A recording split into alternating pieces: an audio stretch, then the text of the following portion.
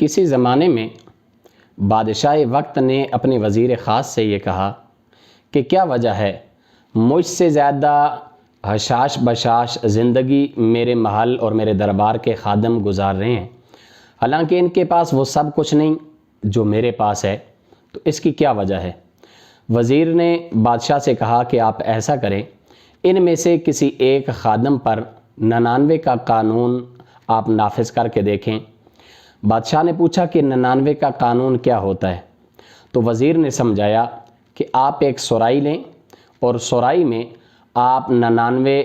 دراہم سے سرائی کو بھر دیں اور پھر اس کے اوپر ایک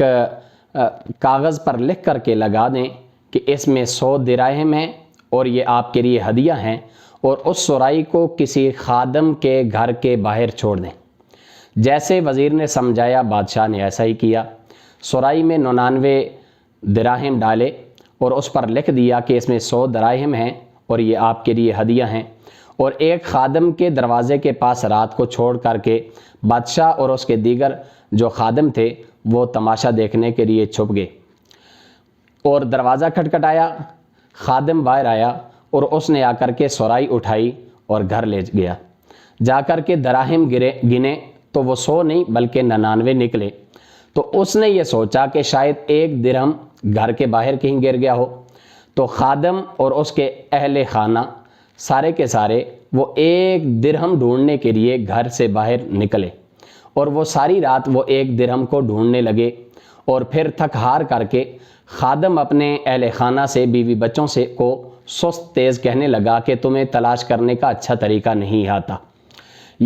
اور اس نے جو اس کے پاس 99 جو دراہم تھے ان کی بالکل قدر نہیں کی، اور جو ایک درہم سے جو محروم رہ گیا تھا اس کی تلاش میں لگ گیا۔ بعین ہی آج اسی طرح ہمارے پاس جو اللہ تعالیٰ کی دی ہوئی نعمتیں ہیں، ہم انہیں چھوڑ کر کے اس ایک نعمت کے پیچھے ہم مارے پھر رہے ہوتے ہیں جس نعمت سے اللہ تعالیٰ نے ہم کو محروم رکھا، اور محروم جو رکھا تو اس میں بھی اللہ کی کوئی حکمت خاص ہوگی، اللہ تعالیٰ کی حکمت اللہ کی ذات ہی جانتے ہیں۔ تو ہم اللہ کی وہ جو موجودہ ہمارے پاس نعمتیں ہیں ان کی ناشکری کرنے لگے، اور جو ہمارے پاس نعمتیں نہیں ہیں ان کی تلاش میں ہم نکل پڑے، حالانکہ اللہ کا قرآن کہتا ہے لَإِن شَكَرْتُمْ لَأَزِيدَنَّكُمْ وَلَإِن كَفَرْتُمْ إِنَّ عَذَابِي لَشَدِيدٌ، کہ اگر تم شکر ادا کرو گے تو میں اپنی نعمتوں میں تمہارے اوپر اپنی نعمتیں زیادہ کروں گا، وَلَإِن كَفَرْتُمْ إِنَّ عَذَابِي لَشَدِيدٌ، اور اگر تم میری دی ہوئی نعمتوں کی ناشکری کرو گے